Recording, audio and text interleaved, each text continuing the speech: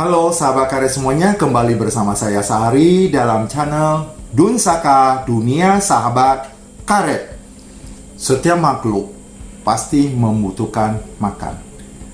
Karena membutuhkan makan, mereka harus berusaha untuk mencari makanan. Kita lihat seperti burung, dia membuat sarang, dia sudah mendapat pasangan, kemudian induk yang betinanya bertelur. Setelah menetas, mereka akan mencari makanan untuk makanan anak-anaknya. Begitu juga dengan manusia, ketika kita sendiri, kita dibiayai oleh orang tua kita, diberi makan oleh orang tua kita, dan setelah kita berkeluarga, kita yang mencari makanan untuk kita, yaitu suami, istri, dan anak-anak. Jadi, untuk itu, maka kita harus berusaha. Dan kita sebagai manusia, berusaha itu berbeda dengan dunia hewan. Dunia hewan mencari makan yang sudah disediakan oleh alam dan dibawa pulang untuk anak-anaknya. Tetapi untuk manusia, itu akan mengalami beberapa proses. Kita harus mencari uang, dari uang membeli bahan bakunya itu baru diolah menjadi makanan, baru kita makan. Jadi prosesnya cukup panjang. Nah, untuk mencari uang itu sangat sulit. Orang katakan, manusia itu kakinya 2, uang kakinya 4. Maka sangat sulit kita untuk mencari uang. Jadi mencari uang itu bukan perkara mudah, tetapi cukup sulit. Yang tadi saya katakan, uang itu kakinya 4, dia larinya lebih cepat dari kita. Makanya kita harus berusaha mencari uang.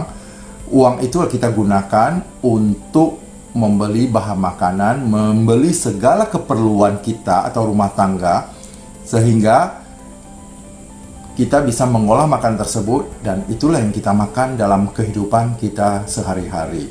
Petani karet juga demikian, mereka juga mengalami kesulitan yang sangat luar biasa. Saya juga sudah turun ke lapangan, saya melihat mereka itu harus berhujan-hujan, bahkan di musim hujan pun mereka harus turun juga, karena untuk mencari sesuap nasi. Bukan sesuap nasi semangkok berlian ya, sahabat karet semuanya, tapi mereka juga sangat sulit. Di hutan itu banyak sekali yang disebut dengan acet ya, lintah, banyak nyamuk, banyak sekali binatang-binatang yang sebenarnya sebagai penghalang para petani di sana. Tapi mau tidak mau mereka tetap harus menderes karet untuk keperluan hidup mereka. Makanya ketika petani ini menjual kepada pengumpul, ada oknum pengumpul yang nakal, sehingga mereka menekan biaya atau harga dari karet tersebut dan menjual yang semahal-mahalnya ke pabrik untuk mendapatkan keuntungan sebesar-besarnya. Sebenarnya itu tidak relevan. Kenapa? Karena mengorbankan pihak lain, mengorbankan petani demi untuk kebutuhan dia. Saya harapkan dalam vlog ini para pengumpul, para pengepul semua menonton vlog ini, cobalah kita berpikir lebih manusiawi. Berilah ruang gerak kepada para petani sehingga mereka itu bisa hidup lebih layak. Ketika mereka hidup bisa lebih layak, yang diuntungkan juga siapa? Para pengumpul juga untung, karena dia tetap bisa untuk sebagai pengumpul atau pengepul karet, dan juga diuntungkan juga para pengusaha pabrik karet. Setelah itu para pengusaha ban, ya, pabrik ban itu juga diuntungkan. Jadi semua betul-betul diuntungkan. Makanya jangan ada salah satu pihak yang sifatnya timbul keserakahan untuk mengambil keuntungan lebih banyak. Akhirnya semuanya akan hancur dan sama sekali tidak dapat apa-apa. Saya ingin berbincang-bincang mengenai nasib para pengepul bokar. Biasanya kalau orang sebut pengepul, itu pasti bertalian dengan kata tengkulak. Ada yang menyebutnya sebagai pengumpul, ada yang kolektor, ada juga yang menyebut mungkin lebih halus dengan kata toke karet. Nah, dalam pengepul ini sebenarnya ada 3 macam. Yang pertama adalah pengepul dan petani karet. Artinya, pengepul ini berasal dari petani karet. Selain dia sebagai petani karet, dia juga mengepul karet-karet dari para petani lain, dan kemudian dia jual ke pabrik ataupun ke pengepul lain atau yang lebih besar. Nah, itu juga bisa. Kadang-kadang para pengepul dari petani ini dia juga bisa menderes sendiri ataupun dia mengupahkan kebunnya dideres oleh para petani lain. Itu yang pertama, yaitu pengumpul petani. Yang kedua adalah UPPB atau Unit Pengolahan dan Pemasaran Bokar. Itu biasanya para petani semua bergabung di dalam satu organisasi, ya UPPB ini ya kira-kira seperti sebuah koperasi. Jadi kalau para petani sudah masuk ke dalam UPPB, dia tidak boleh lagi menjual sendiri karetnya ke tempat lain. Semuanya wajib melalui UPPB. Jadi UPPB adalah tempat mereka bernaung. Itu adalah yang kedua. Yang ketiga adalah pengumpul atau pengepul murni.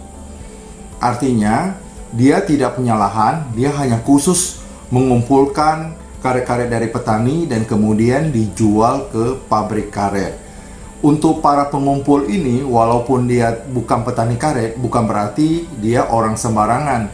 Biasanya dia bisa datang atau berasal dari petani karet dan juga bisa datang dari pabrik karet. Misalnya ada satu orang dari pabrik karet, karena dia sudah mahir di dunia karet, ketika dia berhenti dari pabrik, dia menjadi seorang pengepul atau pengumpul, ataupun seorang petani karet, karena dia sudah mungkin selama ini juga selain petani dia jadi pengumpul, ternyata untungnya lebih besar daripada menjadi petani karet. Akhirnya dia konsentrasinya menjadi pengepul, akhirnya meninggalkan lahannya, dan lahannya itu bisa jadi dijual atau dideres oleh orang lain.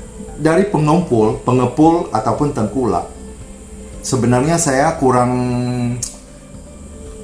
suka dengan sebutan tengkulak, kayaknya kurang pas ya. Tapi saya lebih cenderung menyebut dengan kata toke karet. Nah, jadi apakah para petani juga mempunyai kesempatan untuk langsung membawa ke pabrik? Ya, kesempatannya itu terbuka sangat lebar.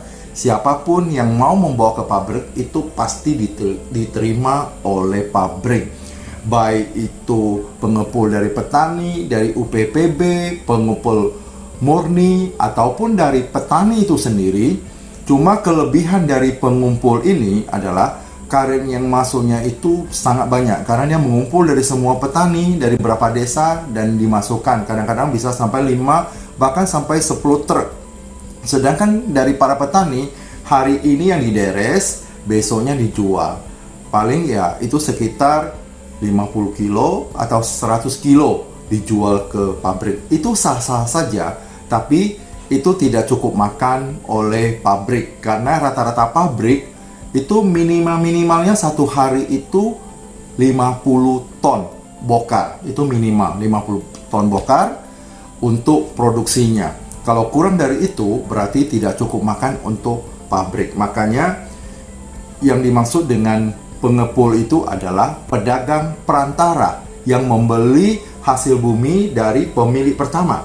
Pemilik pertama itu adalah para petani. Kemudian pengepul ini atau biasa disebut dengan tengkulak ini baru jual ke pihak lain seperti pabrik dan mendapat keuntungan. Nah, ini yang sering jadi masalah karena ada oknum. Saya katakan bahwa ini oknum karena tidak semua pengepul demikian. Ada oknum-oknum tertentu, dia mengambil keuntungan terlalu besar. Artinya, agar keuntungannya yang bisa lebih besar, dia menekan para petani karet dengan harga yang sangat rendah, kemudian menjual ke pabrik dengan harga setinggi-tingginya. Makanya, dia bisa cepat kaya. Dari satu mobil, nanti 1 tahun bisa jadi 10 mobil yang dia miliki. Sedangkan para petani itu menjerit bahwa karet yang mereka jual itu rugi. Tapi juga ada pengumpul yang baik. Mereka membeli harga dengan yang baik, dengan harga yang pantas, dan dia mengambil keuntungan. Yes, yang penting mereka ada keuntungan, tidak mengambil keuntungan terlalu besar, dan itu dijual ke pabrik karet. Jadi yang penting mereka punya keuntungan, yang biasa mereka sebut yang penting bisa kerja. Yang penting bisa kerja, itu menurut mereka. Nah, itu sangat baik sekali, karena pabrik juga diuntungkan oleh pengumpul juga sebenarnya. Tapi karena selama ini para petani berteriak bahwa melalui tengkulak atau pengumpul, mereka mengalami kerugian. Dan saya juga berharap kepada para pengepul, para pengumpul atau kolektor semua yang menonton vlog saya ini, coba berikanlah para petani itu ruang gerak yang lebih luas. Artinya, jangan terlalu mengambil keuntungan yang terlalu besar dari para petani. Apalagi ada yang dinamakan dengan sistem ijon.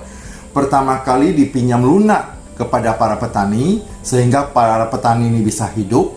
Tetapi, semua hasil deres itu, dari hasil dari deres karet itu, dijual murah kepada para pengepul, sehingga para petani ini menderita kerugian.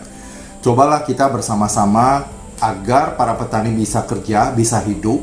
Belilah karet itu betul-betul sesuai atau yang pantas, sehingga para petani ini bisa membeli peralatan untuk deres, pupuk, dan lain sebagainya untuk keperluan tanaman karetnya.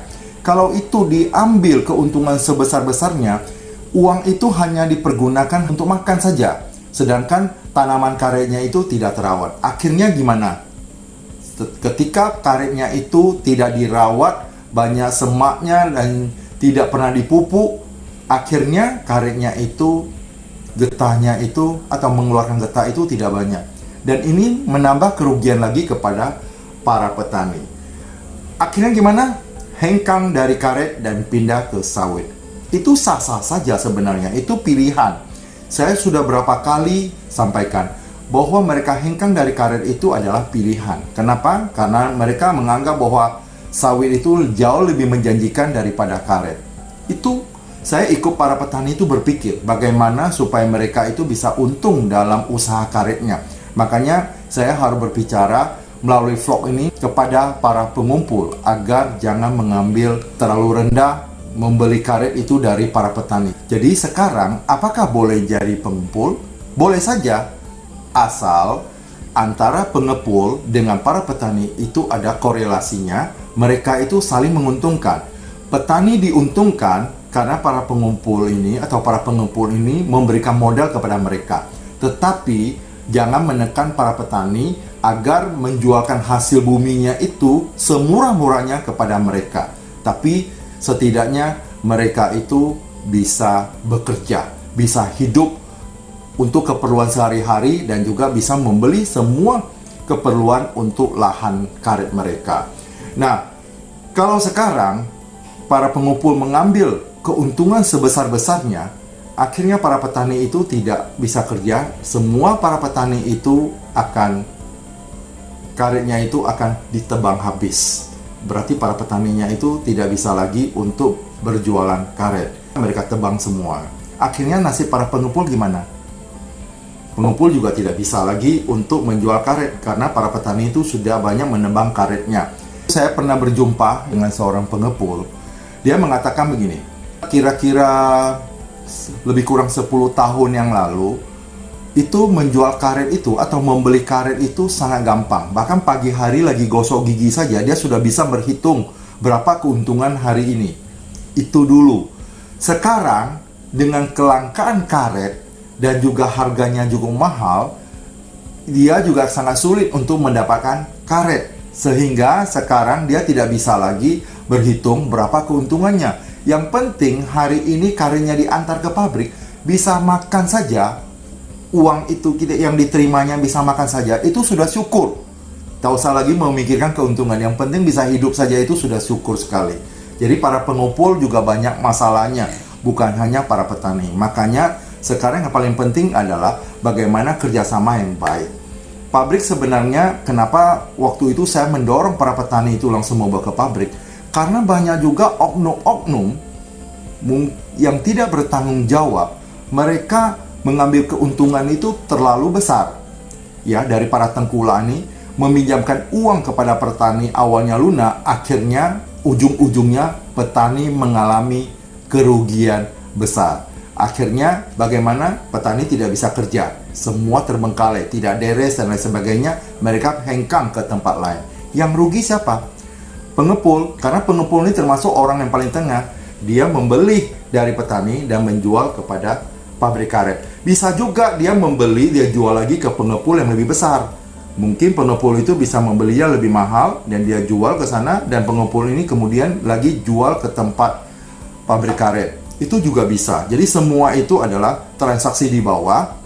Semua itu bisa terjadi. Semua itu bisa berubah. Tergantung kepada bagaimana kerjasama antara petani, pengepul, dan pabrik karet. Tadi saya sampaikan bahwa kalau para petani yang langsung mengantar ke pabrik, ada nggak? Ada. Kalau mereka menggunakan L300, itu cukup. Tapi biasanya kalau para petani langsung mengantar ke pabrik, itu biasanya petani dengan lahan yang sangat luas. Artinya, dalam 1 minggu dia bisa dapat berapa ton. Tapi kalau para petani kecil, mereka tidak bisa mengantar karena biaya untuk mengantar ke pabrik itu cukup mahal. Kalau pabriknya jauh, tidak mungkin mereka naik sepeda motor mengantarnya. Seperti dari mereka dari desa itu ngantar ke pengepul pakai sepeda motor, itu tidak bisa mereka lakukan. Caranya gimana? Mereka harus menunggu. Kumpul dulu selama mungkin setengah bulan, sudah dapat lebih kurang 1 ton. Dia harus sewa lagi mobil dan bawa ke pabrik, dan modal mereka itu habis di sana karena yang dibawa hanya lebih kurang 1 ton. Tapi kalau seorang pengepul, dia mengumpulkan begitu banyak, puluhan ton, ratusan ton, dan baru dibawa ke pabrik, dan pasti mereka untung karena mereka menggunakan truk atau cold diesel. Satu truk itu bisa memuat 5-7 ton. Kalau L300 sekitar bisa muat 3 ton, tapi mereka hanya muat 1 ton, ya pasti mengalami kerugian di ongkos. Maka mereka juga mengharapkan dari para pengepul. Tapi saya harapkan para pengepul sebaiknya lebih bijak agar bisa kerjasama dengan para petani, agar kedua belah pihak itu saling menguntungkan. Jika itu saling menguntungkan, saya merasa yakin perkaretan di Indonesia itu akan kembali bangkit dan meningkat. Sehingga petani akan jaya, pengepul juga jaya, dan pabrik karet juga jaya. Kita lihat sekarang negara-negara lain, sekarang mereka juga berlomba-lomba untuk menanam karet. Karena apa? Karena mereka tahu bahwa karet itu memang sangat bermanfaat untuk merubah dunia. Yang sudah pernah saya sampaikan itu. Karena tanpa karet, manusia tidak bisa hidup. Bahkan ada lagi mungkin guyonan ya dari para petani karet. Ada yang mengatakan begini, semoga semua petani itu hengkang semua ke sawit agar suatu saat pesawat terbang itu menggunakan roda besi. Tidak memungkinkan bahwa pesawat itu menggunakan roda besi, tetapi pasti menggunakan karet. Karena elastisitas dari karet itu ketika pesawat itu turun, itu yang penting. Sehingga bisa turun dengan lancar dan selamat. Jadi saya harapkan juga kepada para pengumpul, para pengepul, atau toke karet, sekiranya mari kita bersama-sama untuk sinergi dari petani, pengepul, sampai pabrik karet. Biar semua berjalan dengan lancar dan para petani pun merasa diuntungkan. Coba kita memberikan ruang gerak kepada mereka, jangan sampai kita tekan sampai mereka tidak bisa bernafas. Kalau mereka tidak bisa bernafas, otomatis karet ini lambat laun akan hilang dari negara kita yang dikenal sebagai negara nomor 2 di dunia sebagai penghasil karet dunia. Ini yang saya sampaikan kepada para pengumpul supaya semuanya bisa berjalan dengan baik dan lancar. Terima kasih atas perhatiannya. Semoga Bapak, Ibu, dan sahabat karet semuanya selalu sehat, sukses, bahagia, dan menjadi orang yang luar biasa.